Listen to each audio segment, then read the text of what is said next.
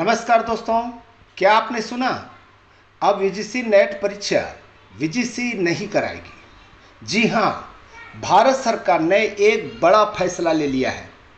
UGC को disband यानी कि ख़त्म कर दिया है और एक नई संस्था लेगी इसकी जगह। तो अब यह सवाल उठता है, क्या बदलेगा परीक्षा का पैटर्न? अब क्या नेट की वैल्यू पहले जैसी नहीं रहेगी? क्या एनटीए भी बदलेगा? अगर आप नेट जेआरएफ की तैयारी कर रहे हैं तो यह वीडियो आपके लिए बेहद ज़रूरी है। तो चलिए शुरुआत करते हैं यूजीसी की पृष्ठभूमि से। यूजीसी यानी यूनिवर्सिटी ग्रांट कमीशन की स्थापना 1956 में हुई थी। इसका मुख्य उद्देश्य था भारत में उच्च शिक्षा को रेगुलेट करना, यूनिवर्सिटीज़ को मान्यता देना और करिकुलम, स्कॉलरशिप व फेलोशिप जैसे कई पहलुओं पर नियंत्रण रखना। आज तक हम सब ने यूनिवर्सिटीज़ वेबसाइट पर देखा है रिकॉग्नाइज्ड बाय यूजीसी, लेकिन अब ये टैगलाइन इतिहास बनने वाली है। लेकिन हमारे मन में ये प्रश्न उठ रहा है कि सरकार ने ये फैसला क्यों लिया?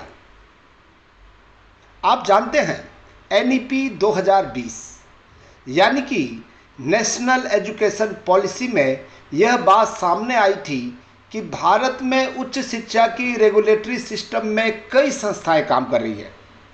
जैसे उदाहरण के रूप में यूजीसी यानी यूनिवर्सिटी ग्रांट कमीशन जो है नॉन टेक्निकल हायर एजुकेशन थी, एआईसीटीई जो कि टेक्निकल एजुकेशन, इंजीनियरिंग के लिए, मेडिकल साइंस के लिए, फार्मेसी के लिए था, और तीसरा टीचर एजुकेशन जैसे कि बीएड एमएड के लिए एनसीटीई।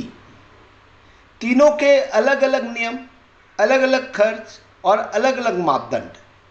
इससे डुप्लीकेशन, कन्फ्यूजन और रिसोर्सेज की बर्बादी हो रही थी।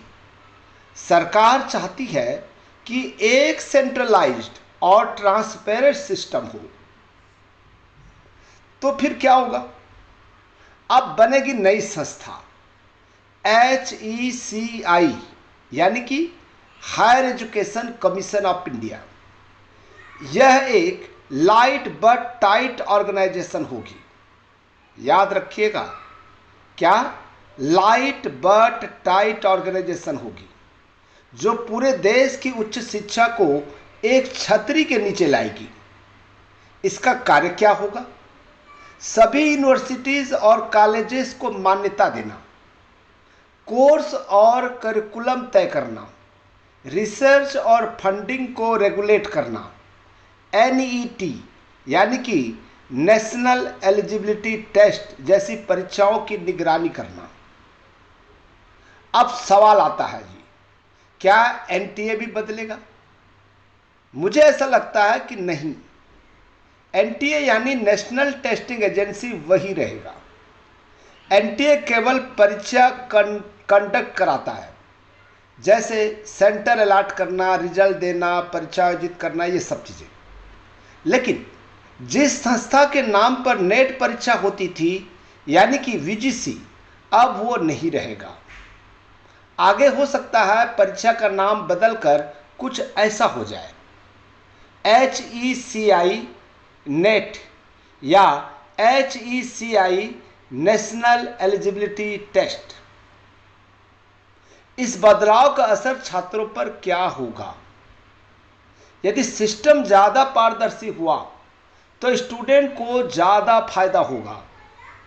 कोई डुप्लीकेट रेगुलेशन नहीं रहेगा। NET यानी कि नेट और जेआरएफ के वैल्यू बनी रहेगी, बल्कि और भी मजबूत हो सकती है। लेकिन कुछ चैलेंजेस भी है। इतनी बड़ी संस्था क्या हर क्षेत्र को सही ढंग से मैनेज कर पाएगी? क्या ये सेंट्रलाइजेशन वाकई बेहतर होगा? सबसे पहली बात कि ये जो कमीशन है वो सीधा सीधा गवर्नमेंट के अंडर में होगा, जबकि जो हमने आपको 3 संस्थाएं बताए क्या क्या संस्था बताया था? वीजीसी, एआईसीटीई, एनसीटीई, ये ऑटोनॉमस बॉडी थी जो सरकार के हस्तक्षेप से बाहर थी। अब आपको बता दें कि फिलहाल संसद में यूजीसी एक्ट 1956 को हटाने का बिल पेश किया जा रहा है। ड्राफ्ट तैयार हो चुका है और जल्द ही इसे लागू किया जा सकता है। लेकिन ऐसा मानना है कि अगले 1-2 साल तक यूजीसी अस्तित्व में रहेगा। उसके बाद पूरी तरह से HECI लागू हो जाएगा। तो दोस्तों, आपको पूरा समझ में आया या समझ में नहीं आया? आप कंफ्यूज मत होइए। हाँ, इतना है कि मुझे इस बार ऐसा लग रहा है कि NEP 2020 के कारण से दिसंबर 2025 में होने वाले यूजीसी नेट की परीक्षा के पहले सिलेबस चेंज हो सकता है, क्योंकि अब NEP लगभग सभी यूनिवर्सिटीज में लागू हो चुकी है। यानी कि अधिकांश यूनिवर्सिटी ने NEP के आधार पर कोर्स कैरिकुलम जो है वो तैयार किया हुआ है।